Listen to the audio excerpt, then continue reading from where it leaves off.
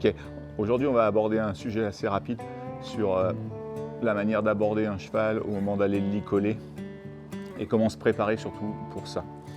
Donc là, bon, aujourd'hui il pleut, donc on est à l'intérieur. Mon licol, il est préparé dans le sens où il est rangé, que ce soit comme ça ou de cette manière-là. Donc déjà, quand je le prends, j'ai déjà quelque chose qui est ordonné. Après, quand je vais arriver sur mon cheval, j'ai juste à déboucler mon licol. Ma main gauche tient la boucle, ma main droite tient la tétière. J'aborde mon cheval, une petite caresse tranquille. Ma main autour de l'encolure, ma main droite.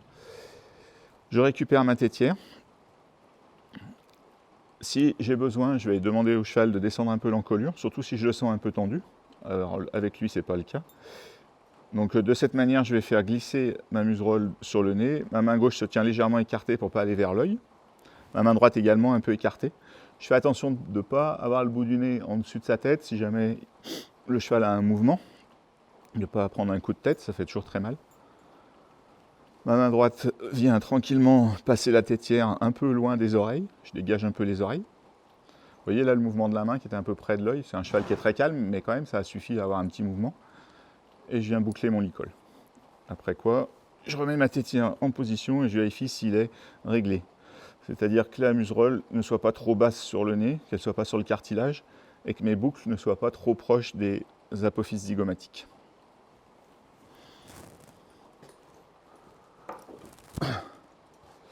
La même chose pour déboucler mon cheval, détacher mon cheval. Quand j'arrive dans mon box ou dans mon paddock, je vais tourner le cheval pour que le cheval soit face à la porte, tête à la porte. Mon bras se positionne sur la tête, une petite pression, le cheval descend l'encolure. Donc je sais que mon cheval est à ce moment-là relaxé. Je déboucle, main droite, la tétière, et je descends doucement ma muserolle. La même chose en écartant les mains pour ne pas venir trop proche de l'œil. À ce moment-là, mon licol s'en va, mais mon bras droit reste autour de son encolure. Et je vais le flatter un peu, être sûr qu'il soit relax et que je puisse le lâcher sans qu'il ait trop de gestes de joie, surtout quand on va aller au paddock. Et au moment de lâcher, je me dégage un peu du cheval et j'enlève mon bras. À ce moment-là, le cheval peut partir, même s'il est un peu joyeux, je suis quand même déjà un peu en sécurité.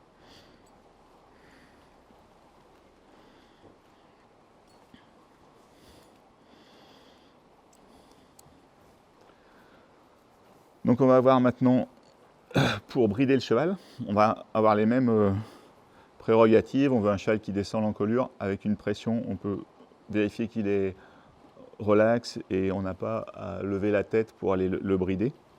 La même chose que pour le licol. Ma longe qui tient le cheval, je fais attention à ce qu'elle ne soit pas en boucle autour de mon bras, mais posée sur mon bras. On ne sait jamais si le cheval part, à ce moment-là, ça va pouvoir glisser, mais ça ne va pas m'entourer le bras. Ma bride, également comme le licol, elles sont rangées, ordonnées correctement. Donc là, j'ai une bride qui présente un mécat en nylon.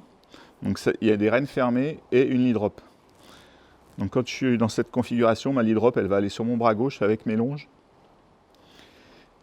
Mes rênes qui sont dans ce cas-là en boucle, on va les passer autour de l'encolure du cheval.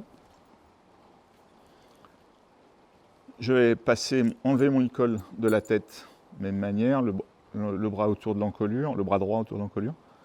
Venir boucler mon licol autour de l'encolure.